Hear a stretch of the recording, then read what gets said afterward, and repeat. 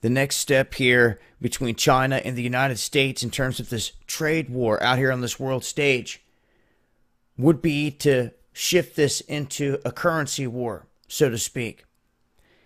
And it's already kind of happening in terms of the devaluation of the different currencies, the US dollar feeling the effect, and also the Chinese currency now tumbling. But some of the officials coming out of China are stating that they have tremendous room to operate with here if they had to make certain moves. That's a pretty bold statement. They're saying that they can take a lot of whatever's going to be thrown at them, they can maneuver around, and it will not affect them as bad. Now, all in all, they're saying that you can expect the dollar to draw back some as well in this. And if it continues to go back and forth, they could slowly start to drive one another down.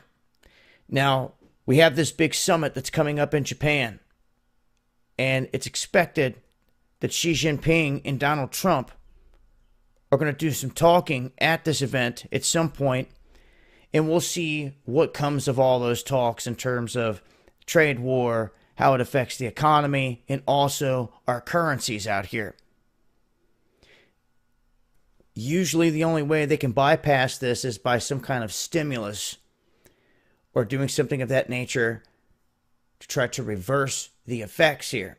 But with tariffs ongoing and now affecting more countries globally, this is becoming widespread with the tariff thing. So it's forcing countries to go to other countries and rely on them for resources that they were not relying on before.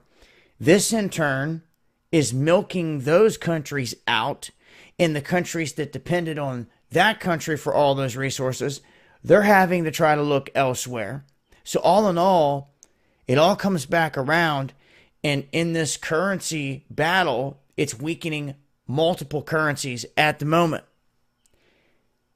Still waiting to see when the hammer's going to drop on China for all the intellectual property right theft that's happened big time.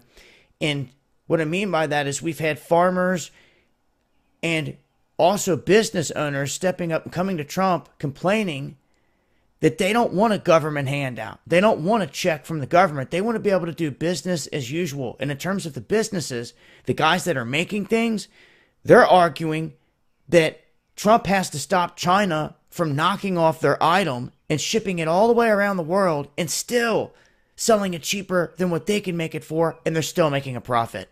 They're like, that's got to stop. That's part of this whole problem. I'm going to leave a link here. Make sure to join us every Friday night for Underground World News Live, 8 p.m. tonight. It's going to shift to 9 p.m. here in the next couple weeks. Also, make sure to join us over here on D Live. We're going to be taking calls over here exclusively. I can now upload videos over here because I'm verified.